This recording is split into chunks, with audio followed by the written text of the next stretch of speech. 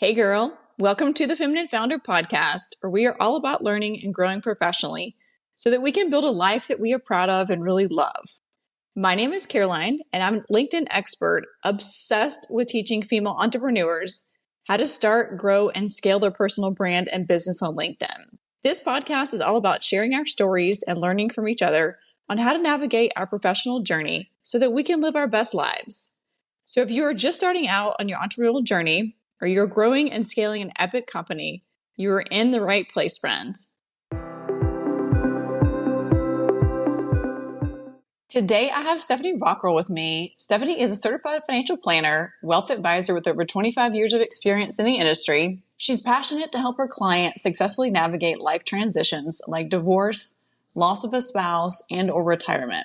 She helps her clients and their families go from being confused about their financial situation to feeling empowered with a realistic plan for their future. And I love the work that she's doing. Welcome, Stephanie. So I just wanted to jump right in from our longer episode that we just talked about. We delved into taxes a good bit, but I wanted to really talk with you more about exiting a business. If you're starting a business, you're listening to this podcast, we get all excited, we get things going, we blow it up, and then we look back and we're like, what do we do now?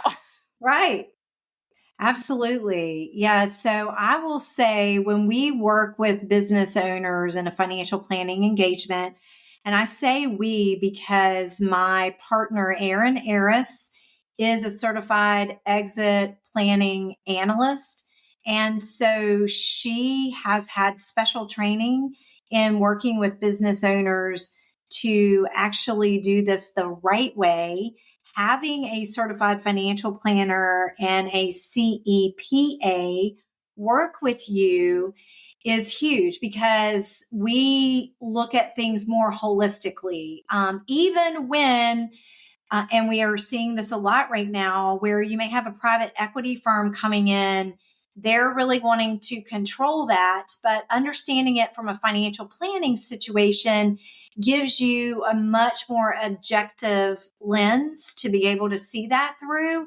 And it's just really good work because we get into the weeds on that. And we are looking at things to, make sure that you don't miss anything, because that's the biggest thing you're hiring us for, is to make sure that, we know what you don't know. And so part of that is thinking through your business. One of the most common mistakes that we see with business owners on the planning to sell the business side is you just keep putting money back into the business and you never take money out to put in a retirement plan or something like that. So we help with that. But then when you're ready to exit, it is, making sure that we get involved a few years ahead of time so that we can look at your books and help you understand why you wouldn't want to allow somebody to value your business based just on your tax returns, but you might want to think about, and we help you understand how to run a separate set of books that are really going to show the value to a buyer. And I'm just going to use one item in your tax return to help you understand what I mean. And that is depreciation. We all use depreciation as a tax write-off in our business, but none of us actually write a check to pay for depreciation, right? So it's a deduction. If you're only valuing your business with a buyer based on your tax returns, you might not be showing the value that's really there. So that's just one way that we can get in the weeds with you and really show you how to plan for that. And then it's looking at, once we have a valuation, it's looking at who are candidates. Do you have a family member that's a buyer? Do you have a third party like a private equity firm or a competitor? Or is it a key employee? Each of those require very different ways that we go about helping you through that process. So let's say someone's listening to this podcast and thinking about selling. How many years ahead of time do they need to engage someone like you with your services? I would say at a minimum, you really need to be planning for that at least 5 years ahead. But Wow, that's even depending longer than on that. the industry, we might even need to start working with a client 10 years out. Wow, that's a lot longer than I was expecting you to say. I know. And most people, because we're business owners, we're entrepreneurs, we go, look at that shiny squirrel. We jump on that. We move here. We're nimble. We're quick. We pivot. We're used to wearing many hats. We think that these processes can move that same way. And that's just really not the case. We really need to be involved with you many years ahead of time. And if you're listening to this and you go, oh, I don't have that amount of time, it doesn't mean we can't still jump in there and do good work for you. But at least it would be having someone like us from a financial planning lens to look at that, not just a potential buyer like a private equity firm. You want to have somebody on your team as your advocate to really help you understand that. And it needs to be somebody beside an attorney. I love attorneys. I work with them all the time, but they're not financial planners. As someone who's married to one, yes, agreed. Yes. And so why is it important that if you're listening to this podcast and you're ready to sell your business, no matter if it's, for whatever amount that looks like, why is it important that you keep your books clean? Well, again, because you don't want that to be a risk for you on the personal side. We don't want your business finances to be so intertwined with your personal. And that's another thing that I would say when we're running those two sets of books, we want to take some of those personal expenses out. Like if you're running a car through the business, makes sense for a write-off. But we need to maybe look at that as a personal expense. We need to kind of pull those things out of the books to help show your value better. And so we really work with you on doing that kind of thing and having a financial planning lens looking at your business, if that makes sense. So the other reason is also, anytime you go through divorce, death, disability, a purchase, or a sale of a business, you're looking at a financial audit. I mean, your finances are going to be audited.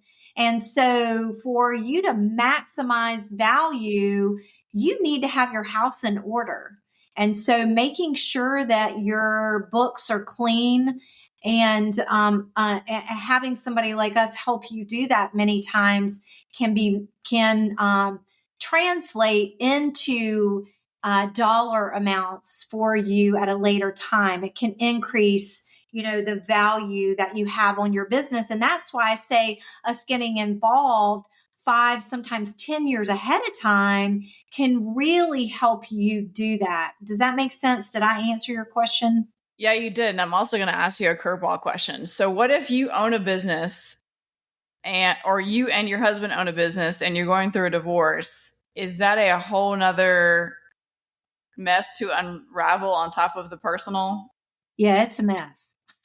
Okay. Well, I will just say it's a mess if you haven't planned for that. And so that's why I am a very big proponent of prenups and postnups, because if you're a business owner and even if you started that business before you got married, it is marital property. And people don't want to hear that. And so, and I'll just give you a couple of examples so that, because I don't want people to fall out of their chairs. But if you're newly married and you go to get divorced and you've had that business a long time and you've only been married less than 10 years, very small part of that possibly is marital property. Especially if you have the business in a trust and you have a prenup, there are ways to plan for that.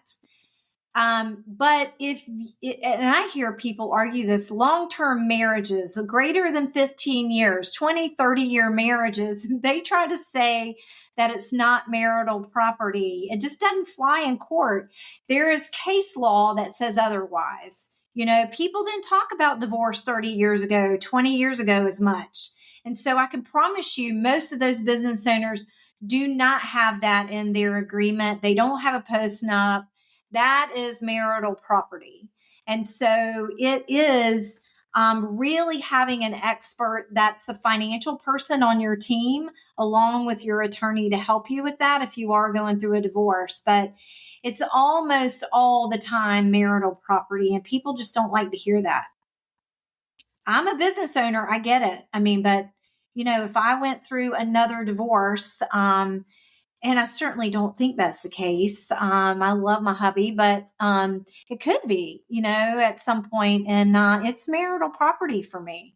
So, you really have to think about that, and you have to find ways to protect yourself, So if you didn't catch the first episode and you're just chiming in for this one, how can our listeners find you, Stephanie? Yeah, great. So it's investra.com. That's investra.com. Please check out our website. You can also connect with us on Facebook, and we're also on LinkedIn. And X, or Twitter. So, yeah. Thanks, Stephanie. Yeah, thank you.